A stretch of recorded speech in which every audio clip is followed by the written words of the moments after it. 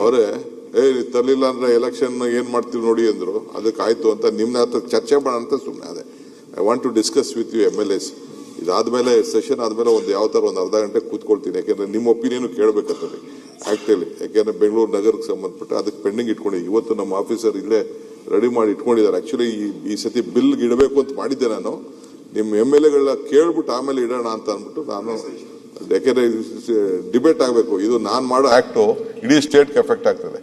ಮಂಗಳೂರಿಗೂ ಆಗ್ತದೆ, ಹುಬ್ಳಿಗೂ ಆಗ್ತದೆ, ಎಲ್ಲದಕ್ಕೂ ಆಗ್ತದೆ. ಸೊ ನಿಮ್ಮ MLAs ಕೇಳೋಣ ಅಂತ ಹಂಗೆ ಇಟ್ಟಿದ್ದೀನಿ. I am committed to it, will do it.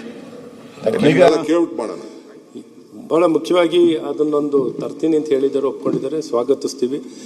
ಆ ರೀತಿ ಹೇಳ್ತಾರೆ ಸರ್. 2 ವರ್ಷಕ್ಕಾದ್ರೆ ನೀವು ಇರಲ್ಲ ಅಂತ ಕೇಳ್ತಾ ಇದ್ರು. 2 ವರ್ಷ ಆದ್ಮೇಲೆ ಬೇರೆ ಸರ್ಕಾರ ಬರ್ತದೆ ಅಂತ ಅವರು ಪರವಾಗಿಲ್ಲ ಬಿಡಿ 2 ವರ್ಷ ಕಾಯ್ತೀನಿ ಅಂತ ಹೇಳಿದ್ರು.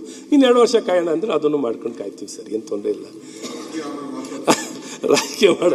ಆದರೆ ಮುಖ್ಯವಾಗಿ ಅಲ್ಲ, ಈಗ ಒಂದು ಸಚಿವರೇ, ಈಗ ನಾನು ಬೆಂಗಳೂರು ಶಾಸಕರು ಮಾತಾಡೋದಂತ ಹೇಳಿದ್ರಿ, ಮತ್ತೆ ಜೊತೆ ಮಂಗಳೂರು ಕೂಡ ಎಫೆಕ್ಟ್, ಹುಬ್ಳಿ ಅಲ್ಲಿವರೆಗೂ ಮಾತಕ್ಕೆ ಇಲ್ಲಿ ಸೂಟ್ ಆಗೋದು ಅಲ್ಲಿ ಸೂಟ್ ಆಗುದಿಲ್ಲ. ಅಲ್ಲ ಅದಕ್ಕೆ ನೀವು ಸೂಟ್ ಆಗ್ತೀರಾ ಬಿಡಿ, ಅದ್ರಲ್ಲಿ ಏನಿಲ್ಲ. ಅಲ್ಲಿ ಬೇಸಿಕಲಿ ಆ ನಗರಸಭೆ ಒಂದು ಕಾರ್ಪೊರೇಷನ್ 2-3 ಶಾಸಕರಿಸಿ ಚರ್ಚೆ ಮಾಡಿದ್ರೆ ಬೆಟರ್.